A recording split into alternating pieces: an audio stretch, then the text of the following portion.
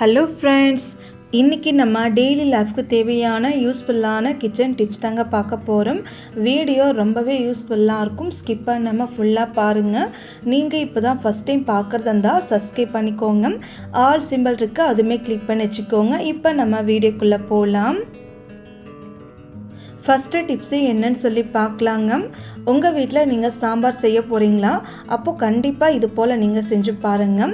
நீங்கள் எவ்வளோ சாம்பார் வைக்க போகிறீங்களோ அதுக்கேற்ற மாதிரி நீங்கள் பருப்பு எடுத்துக்கோங்க. கேஸ் ஸ்டவ் ஆன் பண்ணி ஒரு கடாய் வச்சுக்கோங்க. அதுக்கப்புறம் நீங்கள் பருப்பு நீங்கள் சேர்த்துக்கோங்க. ஒரு கரண்டி வச்சு பருப்பை நீங்கள் சும்மா ஒரே ஒரு செகண்ட் போல் மட்டும் நீங்கள் வறுத்து எடுத்துக்கோங்க. நீங்கள் வறுக்கும் போது பார்த்தா நமக்கு பருப்பு வாசனை வருங்க. அதுக்கப்புறம் நம்ம எப்போதும் போல் நீங்கள் கேஸ் ஸ்டவ் ஆஃப் பண்ணிக்கோங்க. இப்போ நம்ம வறுத்த பருப்பு இருக்கு இல்லையா, அந்த பருப்பை நீங்கள் எப்போதும் போல் ஒரு கப்புக்குள்ளே கொட்டி எப்போதும் போல் நீங்கள் 2-3 வாட்டி நல்லா நம்ம வாஷ் பண்ணிக்கணுங்க. இது போல் நல்லா நீங்கள் வாஷ் பண்ணதுக்கப்புறம் எப்போதும் போல் நீங்கள் பருப்பு சாம்பாருக்கு யூஸ் பண்ணிக்கலாங்க. இந்த மாதிரி நீங்கள் செய்யும்போது என்ன ஆகும்னா நமக்கு பருப்பு சாம்பார் ரொம்ப ரொம்ப டேஸ்ட்டாக இருக்கும். அது மட்டும் இல்லைங்க, வாய்வு தொல்லை இருக்காது. ரொம்ப சூப்பராக நமக்கு ஜீரணமும் ஆகுங்க. கண்டிப்பாக இது போல் உங்கள் வீட்டில் நீங்கள் செஞ்சு பாருங்கள். சாம்பார் ரொம்பவே டேஸ்டியாக இருக்கும். இந்த டிப்ஸ் உங்களுக்கு பிடிச்சிருக்கு அப்படின்னா மறக்காமல் ஒரு லைக் பண்ணிக்கோங்க. அடுத்த டிப்ஸு என்னன்னு சொல்லி பார்க்கலாங்க. உங்கள் வீட்டில் இட்லிக்கு தோசைக்கு மாவு அரைக்க போகிறீங்களா? அப்போ கண்டிப்பாக இந்த டிப்ஸை நீங்கள் செஞ்சு பாருங்கள். இட்லி ரொம்ப சாஃப்டாக இருக்கும், அதே போல் தோசை ரொம்பவே கிறிஸ்பியாக இருக்கும். அது என்னன்னு சொல்லி பார்க்கலாம். எப்போதும் போல் இட்லிக்கு தோசைக்கு அரிசி ஊற வச்சு நல்லா வாஷ் பண்ணி ஊற வச்சுருப்பீங்க இல்லையா, இது கூடவே நீங்கள் உளுத்தம் பருப்பு ஊற வச்சு எடுத்து வச்சுருப்பீங்க. இது எல்லாம் நீங்கள் அரைக்கும் போது பார்த்தீங்கன்னா இது கூடவே நீங்கள் ஒரு கப் அளவுக்கு, சின்னதாக ஒரு கப் அளவுக்குங்க வேக வச்சு சாப்பாடு நீங்கள் சேர்த்துக்கோங்க. இந்த மாதிரி நீங்கள் அரிசி கூட வேக வச்சு சாதம் சேர்த்துட்டு ஒரு டைம் கலக்கிட்டு எப்போதும் போல உளுத்தம் பருப்பு அரிசி எல்லாமே நீங்கள் நல்லா அரைச்சி எடுத்து வச்சுக்கோங்க. இப்போ நான் பாருங்கள் அரைச்சி எடுத்துருக்கேன். இந்த மாதிரி நம்ம மாவெல்லாம் அரைச்சி எடுத்ததுக்கப்புறம் கொஞ்சம் போல் மட்டும் நம்ம உப்புக்கல் சேர்த்துக்கலாங்க. உப்புக்கல் நம்ம சேர்த்ததுக்கப்புறம் ஒரு டைம் நல்லா நம்ம கலக்கிட்டு மூடி போட்டுக்கலாங்க. கரெக்டாக நீங்கள் 8 மணி நேரம் புளிக்க வச்சா போதுங்க. மறுநாள் காலை எழுந்திரிச்சு பார்க்கும்போது மாவு நமக்கு நல்லாவே இது போல் புளிச்சு வந்திருக்குங்க. நீங்களே பாருங்கள் மாவு நமக்கு எந்த அளவுக்கு புளிச்சு வந்திருக்குன்னுட்டு. அதுக்கப்புறம் ஒரு கரண்டி வச்சு ரொம்ப அடித்து கலக்காமல் லைட்டாக நீங்கள் கலக்குங்க. இது போல் நல்லா நீங்கள் கலக்கிட்டு எப்போதும் போல் நீங்கள் இட்லி அப்பெல்லாம் நீங்கள் தோசை ஊற்றிக்கலாங்க. நான் பாருங்கள் இட்லி ஊற்றிருக்கேன். நம்ம சாதம் சேர்த்து நம்ம மாவு அரைக்கிறதுனால மாவு ரொம்ப சூப்பராக புளிச்சு வந்துடுங்க. அதே சமயம் நமக்கு சாஃப்டாக ரொம்பவே சாஃப்டாக இருக்குங்க இட்லி. கண்டிப்பாக இந்த மாதிரி நீங்கள் செஞ்சு பாருங்கள். அடுத்த டிப்ஸே என்னன்னு சொல்லி பார்க்கலாங்க. நம்ம வீட்டில் இது போல் ஜூஸ் வரலாம் குடிச்சிட்டு நம்ம கீழே தூக்கி போட்டுருவோம் இல்லையா, அந்த மாதிரி ஜூஸ் வர நீங்கள் கீழே தூக்கி போடாதீங்க. இந்த மாதிரி நம்ம யூஸ் பண்ணிக்கலாங்க. இந்த ஜூஸ் பாட்டில் பாருங்கள் ஒரு பழைய கத்தி வச்சு கேஸில் ஹீட் பண்ணிட்டு இது போல் வாட்டர் கேனை மேலே பாருங்கள் சின்னதாக நம்ம கட் பண்ணிக்கணுங்க. இந்த மாதிரி நீங்கள் கட் பண்ணி எடுத்ததுக்கப்புறம் கீழ் வாட்டர் கேன் பெருசாக இருக்கு இல்லையா, அது நமக்கு வேண்டாம். அது ஒரு ஓரம் நீங்கள் வச்சுக்கோங்க. மேலே நம்ம கட் பண்ணோம் இல்லையா, அது கொஞ்சம் பாருங்கள் அன்னியூனாக இருக்கிறதுனால கத்திக்குள்ள வச்சு ரவுண்ட் ஷேப்புக்கு நம்ம கட் பண்ணிக்கலாங்க. மேலே கொஞ்சம் ஷார்ப்பாக இருக்கிறதுனால ஒரு கத்தியை லைட்டாக ஹீட் பண்ணி இது போல் நீங்கள் தேய்ச்சா போதும். அந்த ஷார்ப்னஸ் எல்லாம் நமக்கு போயிடுங்க. இதை அப்படியே வச்சுக்கோங்க. அதுக்கப்புறம் நம்ம வீட்டில் பருப்பு பேக்கெட்டு இல்லை மாவு பேக்கெட்டில் வாங்கிட்டு பாதி நம்ம கொட்டி வச்சு பாதி நம்ம பேக்கெட்லேயே வச்சு ஸ்டோர் பண்ணுவோம் இல்லையா, அந்த மாதிரி நீங்கள் ஸ்டோர் பண்ணுறதை விட அந்த ஓப்பன் பண்ண பேக்கெட்டில் நீங்கள் பாருங்கள் இந்த வாட்டர் கேன் இருக்கு இல்லையா, இதை நீங்கள் இந்த மாதிரி மடிச்சுட்டு இந்த பேக்கெட் உள்ளுக்குள்ளே இந்த மாதிரி நீங்கள் அந்த வாட்டர் கேனை இன்செர்ட் பண்ணிக்கோங்க. இந்த மாதிரி இன்செர்ட் பண்ணதுக்கப்புறம் நம்ம கட் பண்ணோம் இல்லையா அந்த கோதுமை பேக்கெட்டு கொஞ்சம் எக்ஸ்ட்ரா இருக்கு இல்லையா, அதை நீங்கள் நல்லா டைட்டாக நீங்கள் பிடிச்சிக்கணுங்க. பாருங்கள் நான் வீடியோவில் காமிக்கிற பாருங்கள். இது போல் நீங்கள் அந்த கவரை நல்லா டைட்டாக நீங்கள் பிடிச்சிட்டு இந்த மாதிரி எக்ஸ்ட்ரா கவரை நீங்கள் இது போல் நீங்கள் மடித்து வச்சுக்கோங்க. இந்த மாதிரி நீங்கள் மடித்ததுக்கப்புறம் ஒரு லப்பர் நம்ம எடுத்துக்கலாங்க. லப்பரில் நூல் எடுத்துக்கோங்க. நான் இன்றைக்கி லப்பர் எடுத்துக்கிட்டேன்.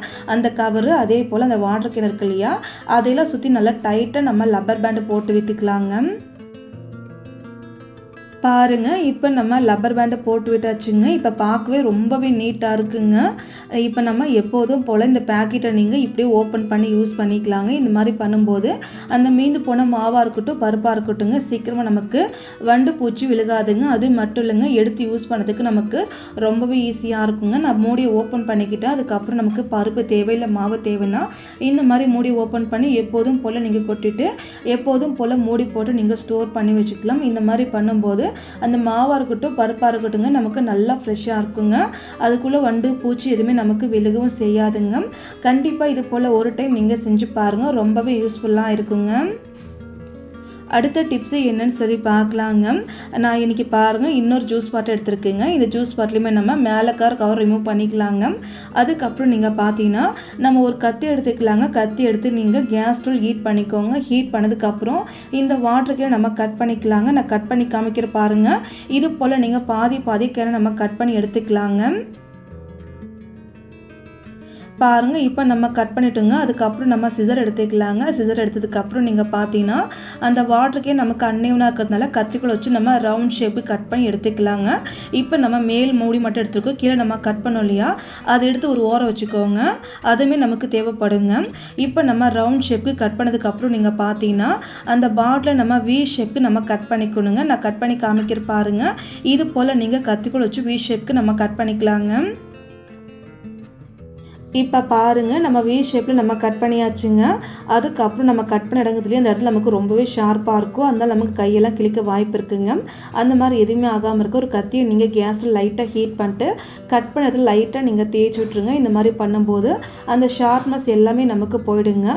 இந்த டப்பா எதுக்காகன்னு சொல்லி பார்க்கலாம். ஒரு கிளாத் வச்சு நீங்கள் டப்பாவை தொடச்சி வச்சுக்கோங்க.